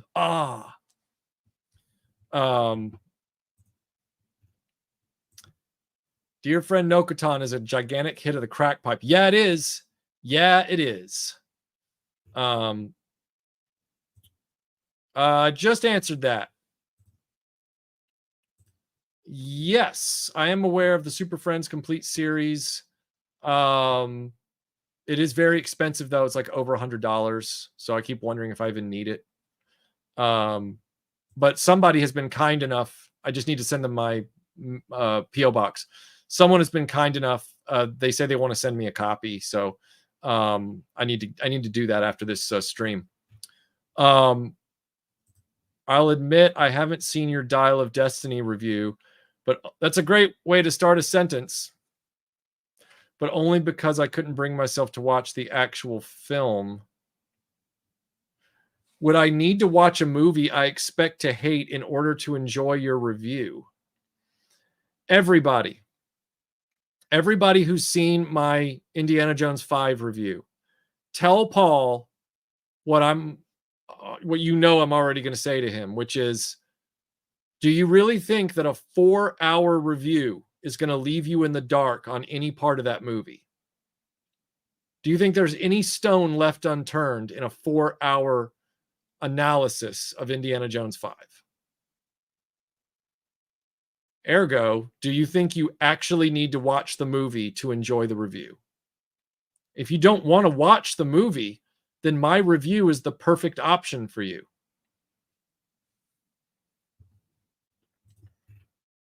Fresh off the Motu episode, I agree with most of your points, but I think it's unfair. Oh, here we go. Are you really using the phrase unfair when it comes to a corporation? Are you really doing that? I did a whole video called To Be Fair, which is about that bullshit thing that people do in the toy collecting space where they're like, to be fair, You're being a little harsh. Dude. Really? It's unfair to expect Mattel to completely avoid making money. I want all the classics, but some of the new stuff was fun. Do you understand that more people wanted the classic characters that Mattel was limiting behind a paywall? Do you understand that because they made those exclusives that were limited in number, that fewer people could get them than wanted them often? Which means Mattel was leaving money on the table? Do you really think that my analysis is anti-Mattel making money? What do you hear when I'm talking about a business's bad decisions? As an example, if Mattel had made the Eternia playset a commensurate amount of money with its actual value, more people could have afforded it, and they would have sold more product and made, say it with me, more money. But because they decided to gouge people and put it behind a crowd fund, fewer people could acquire the item than was necessary to punish the consumer base. The collector base was punished by Mattel's bad decisions. And people are now bailing on the line entirely because they can't get all these various exclusives. They can't afford the price gouging on certain things like $50 Too Bad, who was only sold at Comic-Con. So now fewer and fewer people are buying into the line, which is, say it with me, making Mattel lose more money. And you think that me pointing that out is me saying I want Mattel to make less money? Wow. Unfair. Give me a break. I have not seen that yet, Yojo Jerk. I have not seen it. Master Son 42 is here. Thank you for the $2, sir. Starcom, yes, I got toys if you need it. Thank you. I'll keep that in mind. I'll keep that in my back pocket. Starcom had a very yeah, I know. Yeah, I have the animated series. Yep. On DVD, official DVD. Thanks, Zocab. Thank you so much. Right back at you. Holy what? Holy what?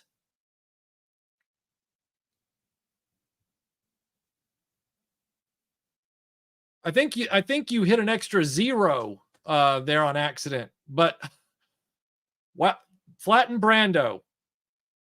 Thank you so much. This is very, very kind of you, sir. Damn. Wanted to say thank you for being awesome. Hoping a young filmmaker out there will see your work and be inspired. Sid Field, hugs and cheers. Cheers to you, sir, and thank you again for the. Wow, that's really going to help out the end of my month. Thank you so much, man. Thank you so much.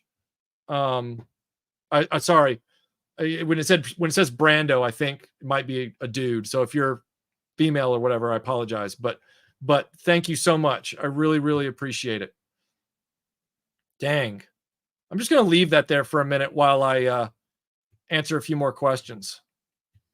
Michael, will you ever do the 2003 Teenage Mutant Ninja Turtles series? Is that the one that's based? That's not the CGI movie. That's the one that's 2D animated, right? I can do the Oops, sorry. I didn't mean to hit the microphone. I can do the cartoon. I have the entire animated series. I don't have any of the toys. So it would really just be a cartoon review. If you can live with that, then I can probably do it. Have a good night, Evander. Have a good night. Yeah.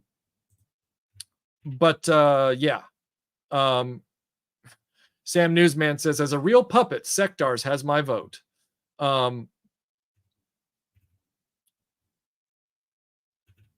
Let's see. With the release of mask toys, let's see. Hey, Bushman. He says, I believe Super 7 Flynn is not a very good businessman. Agreed. Staying in San Fran, and I think they overpay factories and licensors. The quality control they let fly shows how they're poor negotiators. He's weak. I 100% agree. 100% agree. Agree. Are there any other JRPGs that you enjoy? Have you played the original Final Fantasy VII? Yes, I have.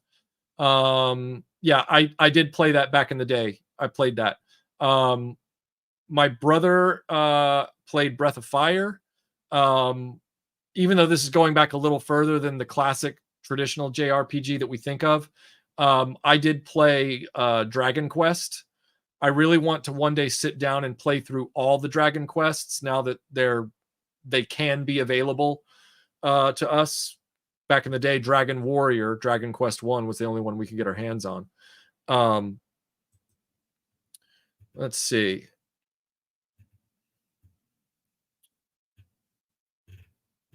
Let's see. Okay. The best console is the smartphone. Very versatile. Neo Geo flex on the port. I only knew one kid that had a Neo Geo back in the day. And he was one of those kids that was like the son of an oil sultan. Like, it was crazy. Like, he had anything and everything. Yeah, I've heard that the Dreamcast was awesome. I always wanted to play the Star Wars game that was on it. I never did. Tomb Raider 4 got its original release on the Dreamcast. So,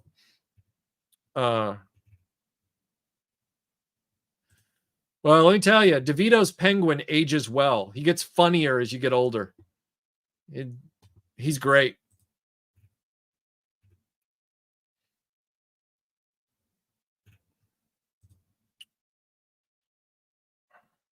You're going to keep dying on this hill? Is that what you decided to do? You cannot be too hard on a corporation. That corporation is not your friend, Highland. I know you think it is, but it's not. You're embarrassing yourself.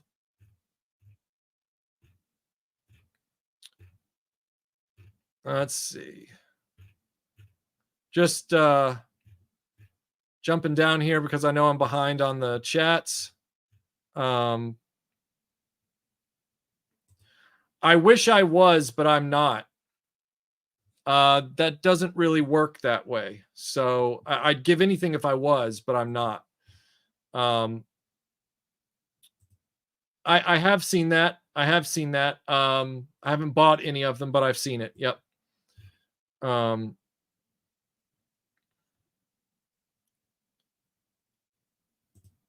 People defend the company that makes Doctor Who figures too. They treat it like it's a charity. Yeah, these companies are not charities at all. Ridiculous. Oh, thanks, Impossible Pie. Yeah, I've been editing it today. I sent Jason Anderson a little clip. We share messages, direct messages sometimes, and sometimes I like to get his thumbs up on stuff. So I sent him a short clip of something that took me most of the afternoon to finish. I'm looking forward to having that video done. It's a shorter RetroBlasting video. It's only a 5-page script, but I think you'll enjoy it.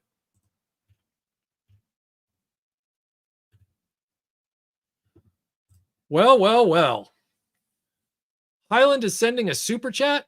I almost feel like I should refund it. But classy, sir. But I still feel like I should refund it. But I'll consider it. I got yelled at for my Motu comment, but thank you. I see your point and agree. I guess I just want Origins to end well. My son and I love them. Yeah, I loved the Origins line too. But they're no longer making that line for your son. They were at the beginning, and now they're not, and that's unfortunate. If they had focused on reintroducing kids to Masters of the Universe by making sure that 80s line that was so successful took priority to get represented first, and then branched out after everybody was established and happy with the line, and then they branched out with their Sunman line and their Snake Man line and their Ninja Turtles line and all that other stuff that they put out. Great. But when you start hoarding up the classic figures that are in the line that whole Origins range is based on, with that packaging and the retro play and all that kind of stuff, and then you start hoarding those behind exclusivity paywalls, you are being mercenary, and you are bilking parents like yourself. And you're literally burning money. You're literally throwing money on the table and walking away. Unbelievable. Unbelievable by Mattel. Just absolutely enraging. And they're doing it right now. Oh, of course, RetroBlast is Mattel Creations exclusive, and Modulock is an Amazon Prime Amazon exclusive. And Too Bad was an SDCC Comic-Con exclusive. Oh, but thank God we've got those Ninja Turtle mashups on pegs in stores. Woo! God, I can literally feel getting kicked in the nuts every time I think about how that all fell out.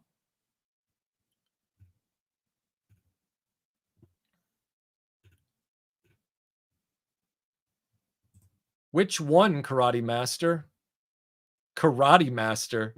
Tell me which one is the dude you're laughing at. Go ahead. I dare you.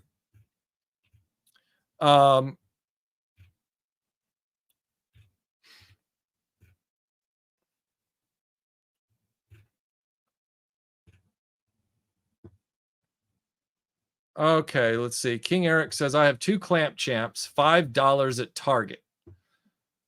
Wow. Okay. I mean, yeah, some of that stuff hit deep discount, but that was assuming you could find it, you know? All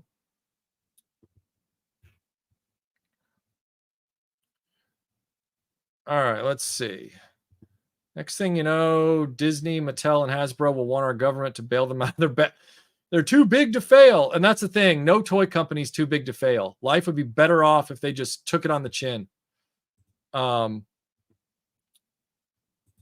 Yeah, that Michelangelo was dumb. It was so dumb. Highland, I will, because you've asked. The only reason that I wouldn't is because I don't feel like after we talk and hash it out like that. I am a man of principle, so it's like, while I don't bear you any ill will, I also am like, well, he doesn't feel like he shouldn't have to feel like he needs to give me $5 in order to. You don't have to do that to smooth over, is what I'm saying.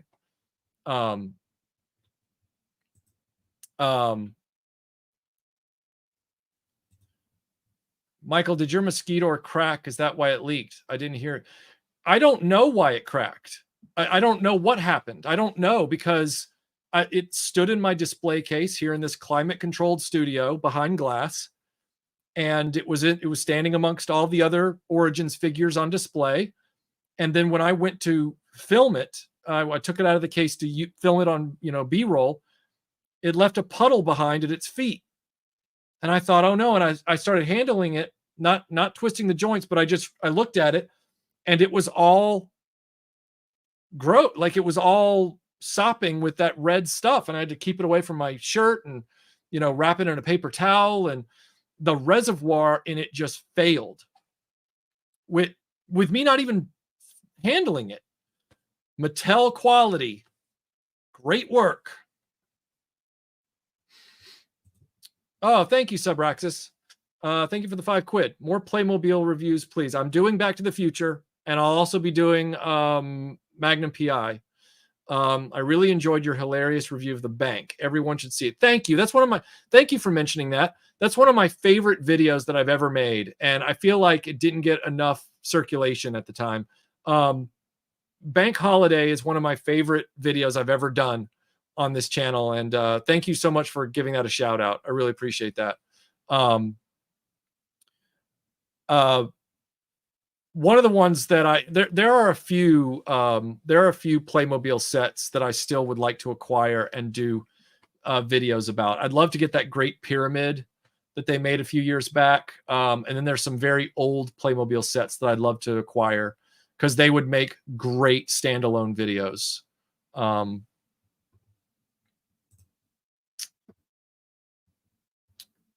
Delta, I honestly think that Star Wars needs to go on hiatus, and they need to think about it for a while. So, well, like I said, Lord Fog, I'm working on this one. Let me pull up the image. You might not have been here when so I'm working on this. Right now, it's in the scripting process. So, somebody also insisted. Somebody also insisted that I see the Flash, which I did, and it was horrible. I'm tempted to do a video about that because it's so endemically awful.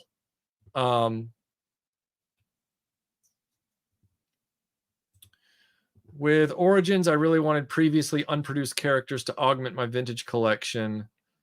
Instead of the characters already in the lore, they prioritize poor snake variant. Yeah, exactly. That's all right, Jeremy. That's all right. At least you're able to get them at retail, right?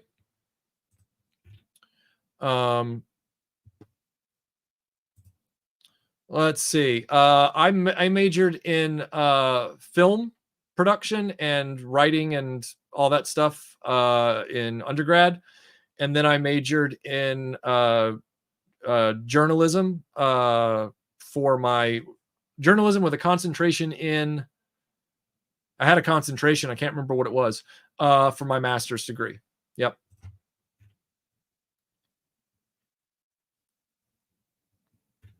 But also, okay. So let me just pull up a few more projects here that I am working on. Some of them I've been working on too long. They're movie review things. So I can show you some of these. They're hardly secret anymore, but I am working on them. And where'd that other one go? Hold on. Where did that one go? That's not it. That's not it. That's not it. Lego Friends. I'm working on sorry, I just lost a thumbnail. And I can't find it, which always drives me crazy. That's what I get for taking too long to make certain videos. And so I've had the thumbnails built forever, and then I can't find them. That's odd. I cannot find my thumbnail for my Hagenai retrospective, which I would have thought would have been right here, but it's not. Oh, Lord. All right. Well, never mind. Okay. So this right here is another one that I'm working on. Let me just, let's see. Yeah, it is painful. This is the other one that I've been working on for a while. Top Gun versus Iron Eagle. So there's a Rogue One video coming, a Top Gun versus Iron Eagle video coming. So there's a number of movie reviews on the way. Please review The Flash on laser discs. You talking about the TV show? That is weirding me out, though. Wonder what happened to that thumbnail. And I could have sworn that I brought that thumbnail over. Oh, you know what? I bet you I know where it is. I bet you I just got stupid. Hold on a second. Is it in here?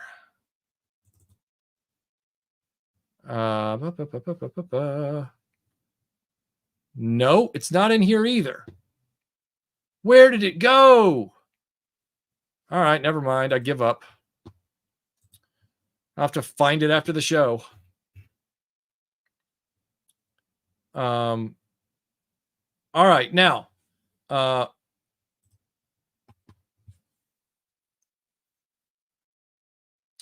I turned being a man-child into a career by not being a man-child. How's that troll thing working out for you? Paying the bills? See, the reason people like you hate me is because I don't act like a kidult doofus when I get on YouTube. I talk about this stuff seriously and I confront it.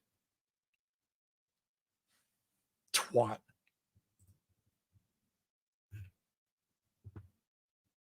All right. I got some boxes to open here real quick. So, all right. So the first one is already open, but here we go.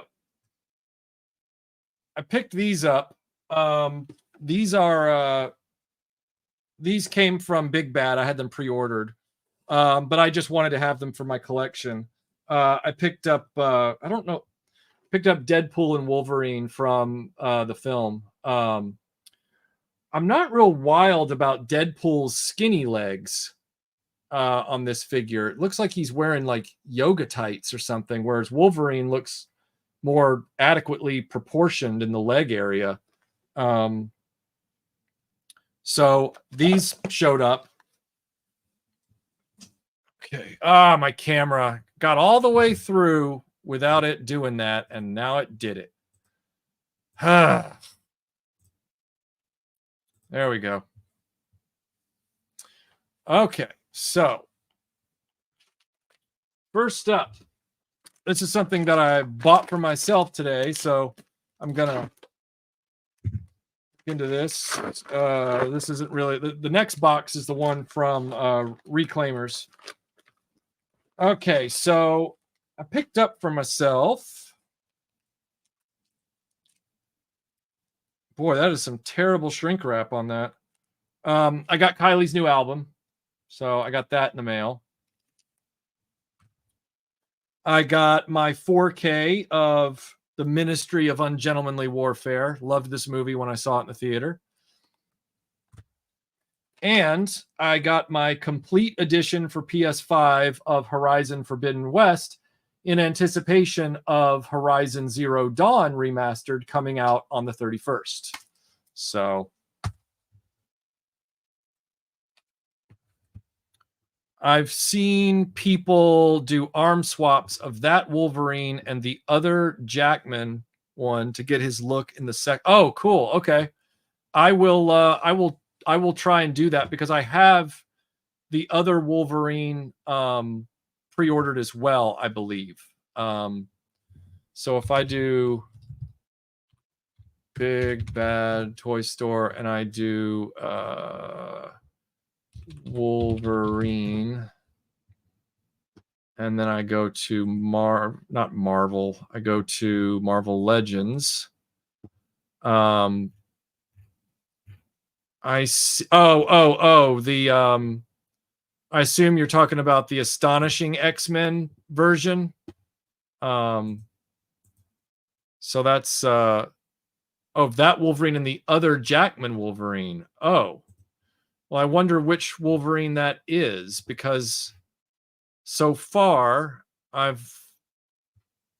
is it the Legacy Collection Wolverine, where he's got the tank top on, I assume. I mean, I don't know. I'm asking. I assume it's because it's from the same collection. Okay. Oh, thank you, Maria. That's very kind. Thanks. I appreciate that. I have not played Baldur's Gate on PS5, but I'm aware of it, and I got to sit in on a panel with the entire voice cast at DragonCon. They're interesting people.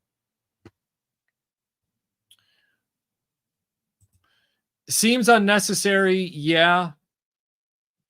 But the only thing I care about is them improving the frame rate when it plays back on PS5. Because the PS4 disc, while it loads up and plays on the PS5, there's a lot of jaggy stuff going on with it. So I think it'll be worth it from that standpoint.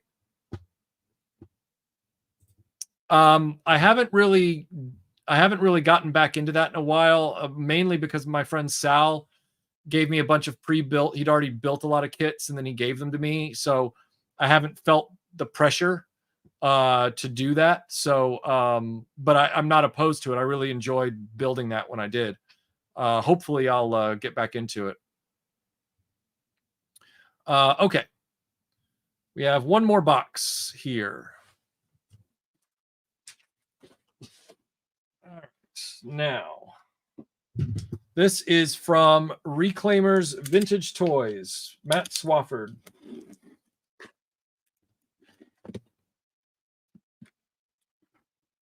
That is a seam line. Oh, it's one of these.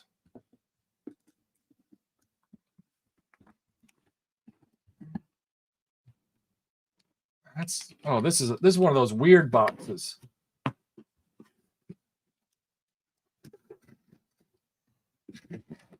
Okay, that should be enough.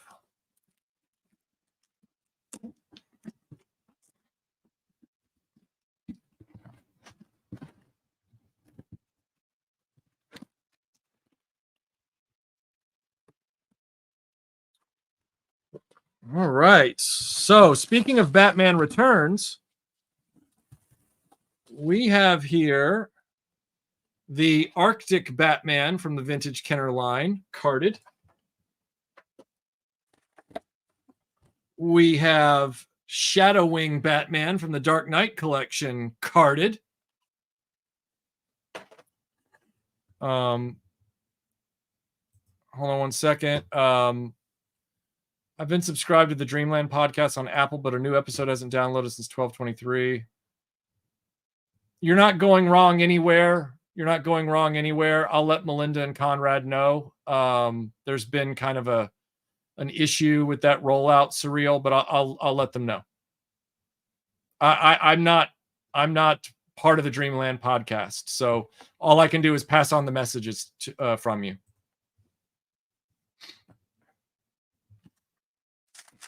And we have Bruce Wayne from the Batman Returns collection, sealed on card. Toys R Us. I think that says $5.99.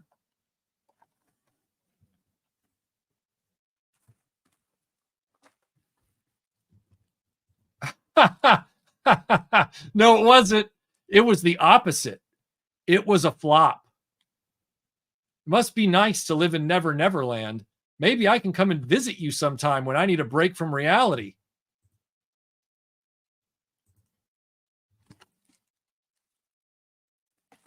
And finally, we have the Penguin from Batman Returns carded. This one was one that even as a kid, I was looking at it like, that's not the Penguin from Batman Returns. Kenner cheaped out. But now I just have to have it for possibly a video. Am I going to open them? Who says I have to do that? Are you saying I should or that I shouldn't? And last but not least, the item that caused this whole purchase to begin with.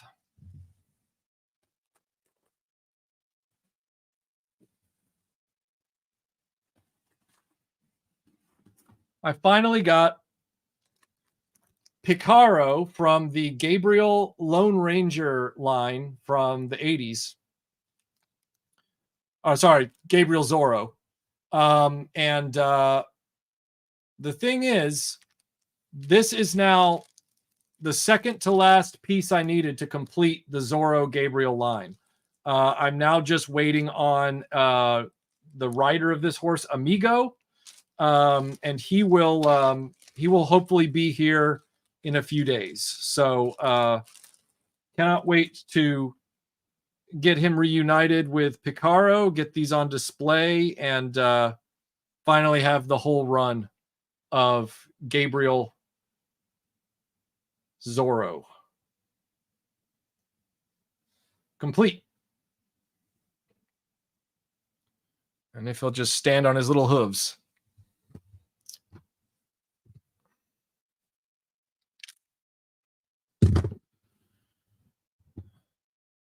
Okay. I already have 2 of those. Why does everybody think that when I do an unboxing that it's not because I'm filling gaps? How come I don't see the thing that I know about? I already have 2 of them. I've had one since Batman Returns came out, and I've got another one on card.